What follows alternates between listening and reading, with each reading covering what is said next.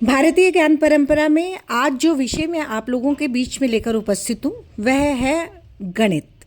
तो मैं डॉक्टर मीनाक्षी पाहवा आप सभी को अपना प्रणाम निवेदन करते हुए प्रारंभ करती हूँ आज के इस विषय की।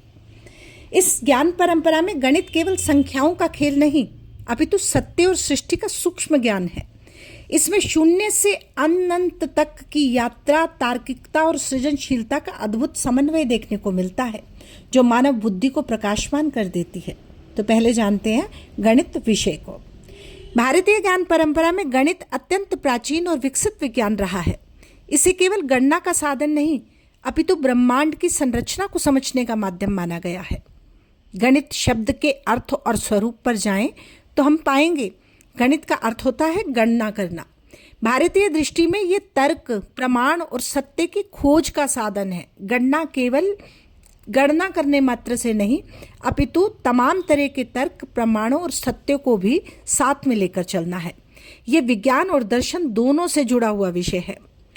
प्राचीन ग्रंथों में अगर हम देखना चाहें तो वेदों में गणना और ज्यामिति के संकेत मिलते हैं।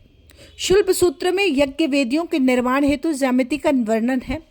आर्यभट्टीय जो ग्रंथ है उस ग्रंथ में गणित तो प्रमुख स्रोत रहे हैं। कुछ प्रमुख गणितज्ञ हमारे समाज में रहे जिनका बहुत ही योगदान इस ज्ञान परंपरा में रहा है। तो जानते हैं पहले उन्हें। जैसे आर्यभट्ट, उन्होंने पाई का मान और शून्य की अवधारणा का विकास किया। फिर दूसरा नाम आता है ब्रह्मगुप्त का, जिन्होंने शून्य और ऋणात्मक संख्याओं को नियम दिए। तीसरा नाम है भास्कराचार्य, जिन्होंने बीजगणित और कलन, कैलकुलस का प्रारंभिक विचार सबके सामने रखा। शून्य और दशमलव प्रणाली का आविष्कार इस भारतीय ज्ञान परंपरा की अमूल्य धरोहर है। भारत ने विश्व को शून्य दिया, ये भारत की देन है विश्व को।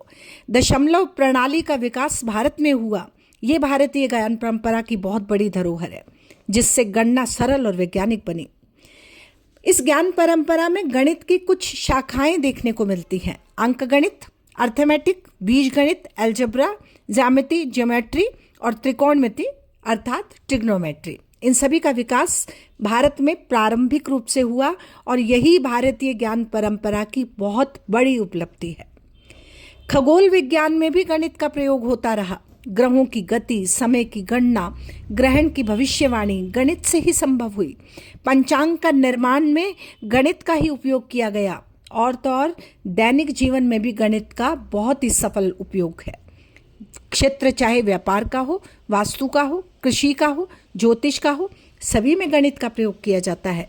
मंदिर निर्माण की बात हो और स्थापत्य कला की बात हो तो सटीक गणना का उपयोग ही इनमें किया जाता है। इस गणित की विशेषताएं क्या है, अब ध्यान देते हैं इस बात पर। इसमें तार्किकता है, ये प्रमाण पर आधारित है। इसमें सरलता है, ये सटीकता पर आधारित है और इन सब चीज़ों का अद्भुत समन्वय है आध्यात्मिकता और विज्ञान के मेल का। तो निष्कर्षतः मैं गणित को लेकर केवल इतना ही कहूँगी कि भारतीय ज्ञान परंपरा में गणित न केवल भारत अपितु पूरे विश्व को दिशा देने वाला रहा है। यही इस ज्ञान परंपरा की सर्वोत्तम उपलब्धि है। शून्य और दशमलव जैसी खोज ने आधुनिक विज्ञान की नींव रखी। यह परंपरा आज भी मानव ज्ञान को समृद्ध कर रही है। यही भारतीय ज्ञान परंपरा है। धन्यवाद।